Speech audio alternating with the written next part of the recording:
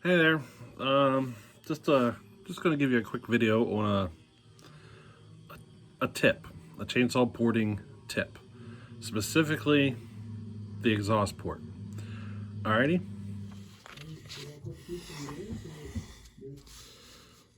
All right. So what we're doing here, this is as though you're looking straight down on the cylinder. Okay. And here's your exhaust port. All right.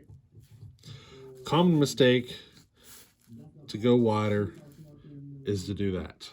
Just cut it in to go wider. All right.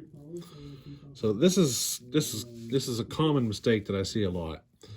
Actually, in order to go wider, you want to go in like this. All right. Because if you imagine, here's the center of your piston. When your explosion occurs, the gas pressure is pushing out in all directions. So you can imagine as it's pushing this way, if it's angled off like that, it's not going to do a lot for you. But if you give it this little shape here, it would help a lot better.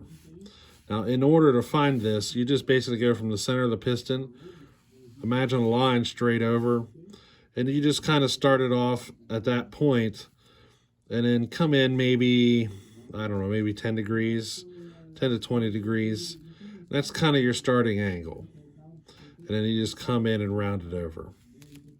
That will flow a lot better than if you just chop the corner off.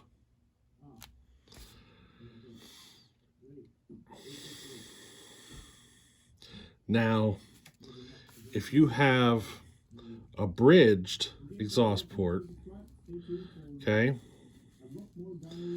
this makes even more sense because your gas pressure is no longer coming in here and trying to make an abrupt turn, and it ends up getting bottled up in this little area here. You know what I mean? So if you got this shape to it, it helps to direct the flow out the exhaust. So the flow will want to come in and out a lot better.